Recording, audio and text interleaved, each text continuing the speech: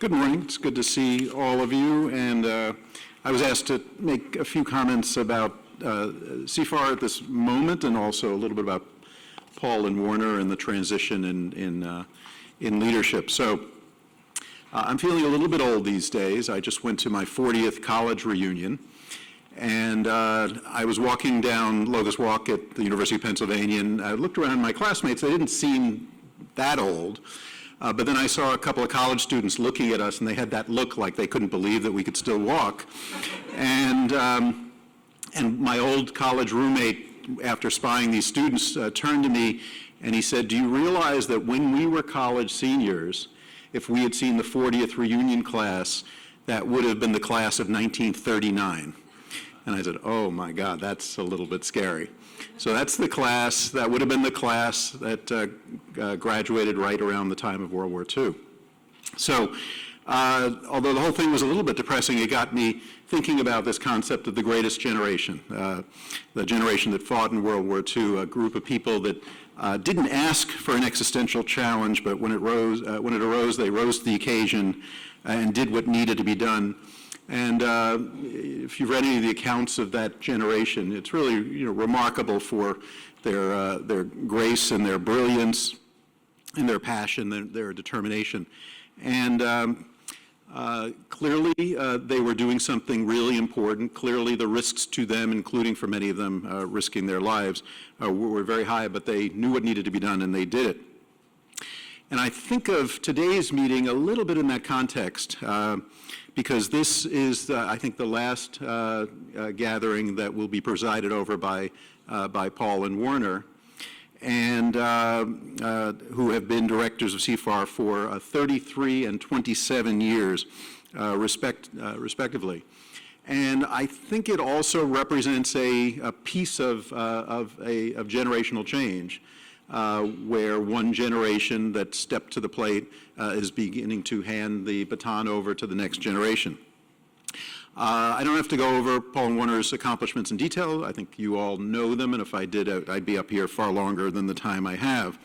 But suffice it to say that not only are they extraordinary leaders and researchers, but they really are iconic. They really are representatives of the folks that jumped into the battle in the early 1990s when this thing emerged, even before it had a name, and it became increasingly clear that it was unlike anything we'd ever seen in healthcare, certainly over the last several hundred years.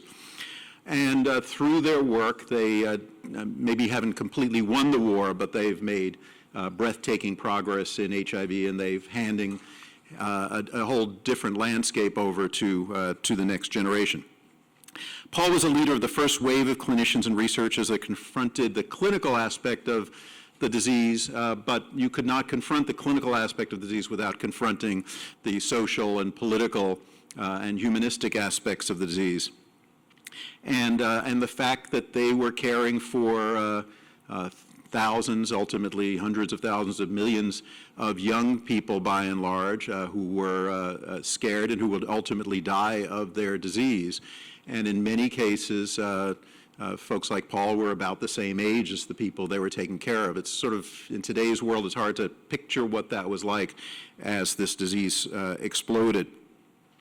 You couldn't do clinical care of HIV at the time without thinking about the political and social context. You also couldn't do it without thinking about your own personal risk. And I know Paul has stories of times where he thought that he had contracted the disease, and I think many of us who were taking care of patients at that time had the same feeling. I remember one of our colleagues at San Francisco General had a needle stick and from a patient who had both AIDS and hepatitis and turned yellow several weeks later, meaning he contracted hepatitis, and we had no idea whether he was also going to contract AIDS, and it turned out, luckily, that he did not. The risks were not only those of getting sick and potentially dying of this disease yourself. They were the risks of, obviously, the stigma that we faced in the healthcare professions was nothing like that of patients. But it was real. It was, this was a hard space to be working in, and there was a lot of stigma associated with it, a lot of fear. Paul and others, in order to make progress here not only had to take care of patients with the disease, which obviously we're all perfectly comfortable with after you finished your training in medicine, but they had to sort out new models of care delivery, new models of working with affected patients and communities, new models of working with governments and funders, new models, new ways of doing clinical research, and new ways to collaborate across diverse disciplines. And that is really what CFAR has done so beautifully, really bring together diverse disciplines to attack this, this problem in a way that was absolutely crucial. And so Paul emerged in this field in an era where other leaders, the folks that come to mind are Connie Wofsy and Donald Abrams and Merle Sandy and others, but these were all heroes. These were people that stepped in and did what needed to be done, and Paul is really iconic among them, and his work in CFAR is just a small piece of what he has done for HIV and for UCSF.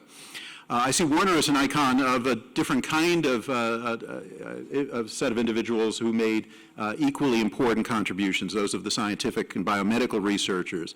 And Werner, along with Jay Levy and many, many others, knew that we needed to have a deep and new understanding of how this thing was working and what the pathogenesis of this was and what actually the agent was, none of which was known when folks like Werner entered the fray.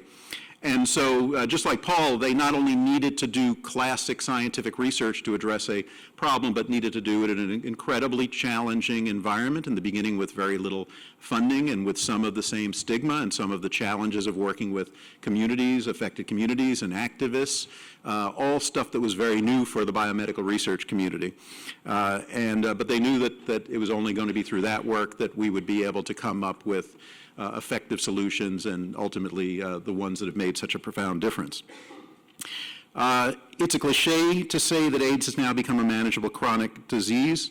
Not easy for patients or providers, obviously, but a far cry, I think, from the challenges that earlier generation faced.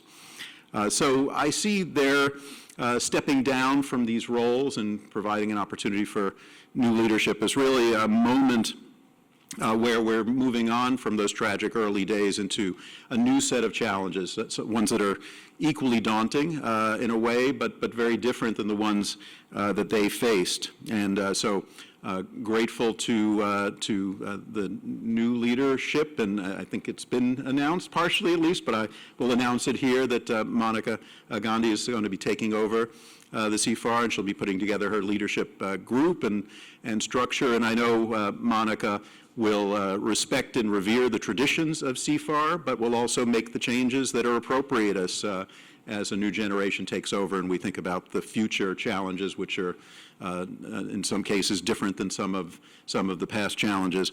Monica, I've known for many years, came to UCSF as a resident in '96.